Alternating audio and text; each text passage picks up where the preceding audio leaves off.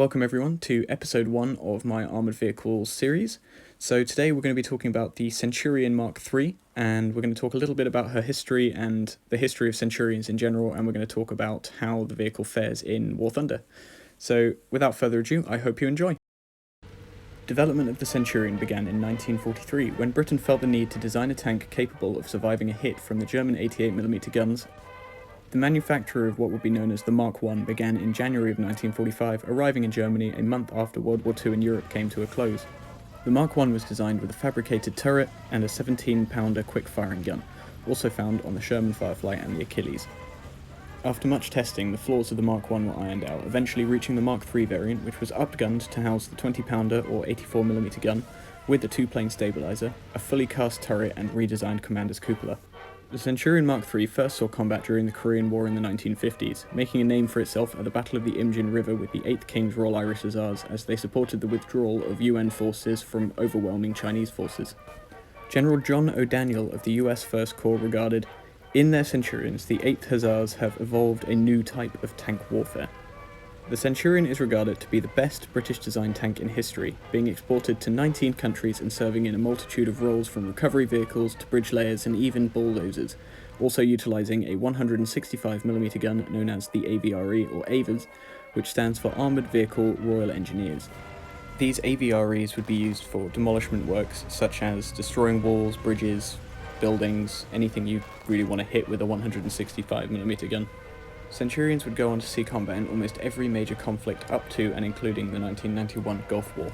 The Centurion combined firepower, mobility and armour and is widely regarded as the world's first main battle tank. Countries such as Sweden and Israel took and modified Centurions to their own standards. For example, Israel made the Shotkel and Sweden made the STRV-81. Later variants of British Centurion would use the L7 105mm gun, along with being outfitted with night vision devices. So how does the Centurion Mk3 specifically fare in-game? It's a rank 4, battle rating 6.7 British tank. It has a crew of 4, a driver, gunner, commander and loader, with 3 sitting in the turret and the driver sat in the hull. At 6.7, the Centurion will fight anything from a Leopard 1 and a T-54 to a Panther D and a T-34-85. Killing tanks at 7.7 such as IS-4Ms and IS-3s, you should use your mobility and gun stabilizer to your advantage to flank. Although you are not the most armoured vehicle at your battle rating, you do have a 76mm plate angled at 55 degrees on both your upper and lower glacis, which is equal to about 130mm of thickness. The turret has at most 155mm of effective thickness, going down to only 89mm on the sides and rear. The sides of the hull have 50.8mm with an additional 6mm from the armoured skirt, meaning that basically everything can kill you from that angle. In my experience of playing the Centurion, I tend to find that if an enemy does flank me and shoot me through my engine deck, the engine should absorb the majority of the round. However, that's not to say that your engine won't be destroyed. The Centurion is able to traverse its gun directly behind itself, however it will not be able to depress its gun more than a couple of degrees. This means that any vehicles that are sitting too close to you may not be able to hit. Fully upgraded, the Centurion Mk3 can traverse its gun at 16.2 degrees per second, and depress it up to 10 degrees and elevate it up to 20 degrees.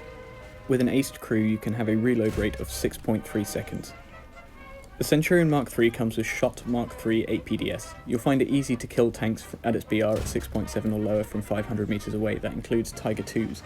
However, being an armor-piercing discarding saber round, it does not have an explosive filler, which means you should definitely aim for ammunition stowage or critical crew members such as the driver and gunner. When playing the Centurion Mk3, I recommend you bring 29 rounds of APDS and 3 rounds of smoke. The reason I suggest bringing so much is because your ammunition rack is all in the front of the hull, which is right next to the driver. Therefore, any round that penetrates you is probably going to set off your ammunition anyway. In addition to your main ammunition stowage, you do have a 4-round ready rack which is situated next to the loader. Depleting those 4 rounds from your ready rack will result in your reload time increasing slightly as the loader has to pull rounds from your main ammunition stowage. You may be asking why 3 rounds of smoke? Well, to be honest with you, smoke launchers on your vehicle are only really used for emergency situations, and therefore if you see an enemy that is slightly behind a hill that you cannot hit, you don't want to smoke yourself out and you want to smoke them out, so you'll fire a smoke round in their direction to blind them, rather than blinding yourself. The Centurion Mk3 has a top speed of around 22 miles per hour on decent terrain. Because of the vehicles you'll be fighting around 6.7, you should be using your mobility and firepower to your advantage, remembering that you have a gun stabilizer, which means you can shoot on the move, whereas most of your enemies will have to stop to engage you. However, remembering that the sides of your vehicle are not very well armoured, and therefore things such as short barrel 75s from an M4A4 Sherman can indeed penetrate and kill you.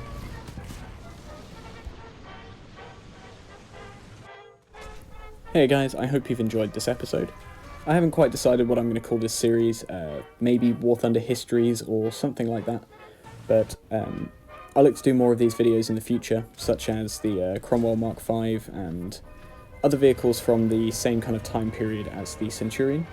I'm also looking at making other videos that include and incorporate commentary. However, at the moment I'm without a capture card and I'm actually recording all of these on my iPhone because, you know, with this whole coronavirus thing going on, it's kind of difficult for me to get out and get my things sorted, so for the time being we're kind of stuck with what we've got. So I'm looking at doing some more post-game commentary on different videos here and there, but I'm amazed so far at the response I've had from the content I've made.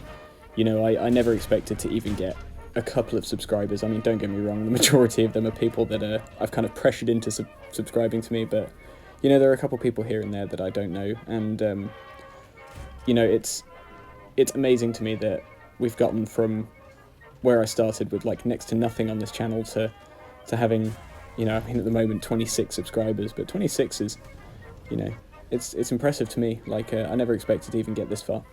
But overall, guys, you know, I enjoy making these videos. I enjoy making video game memes and stupid videos. This is just something to pass the time, you know.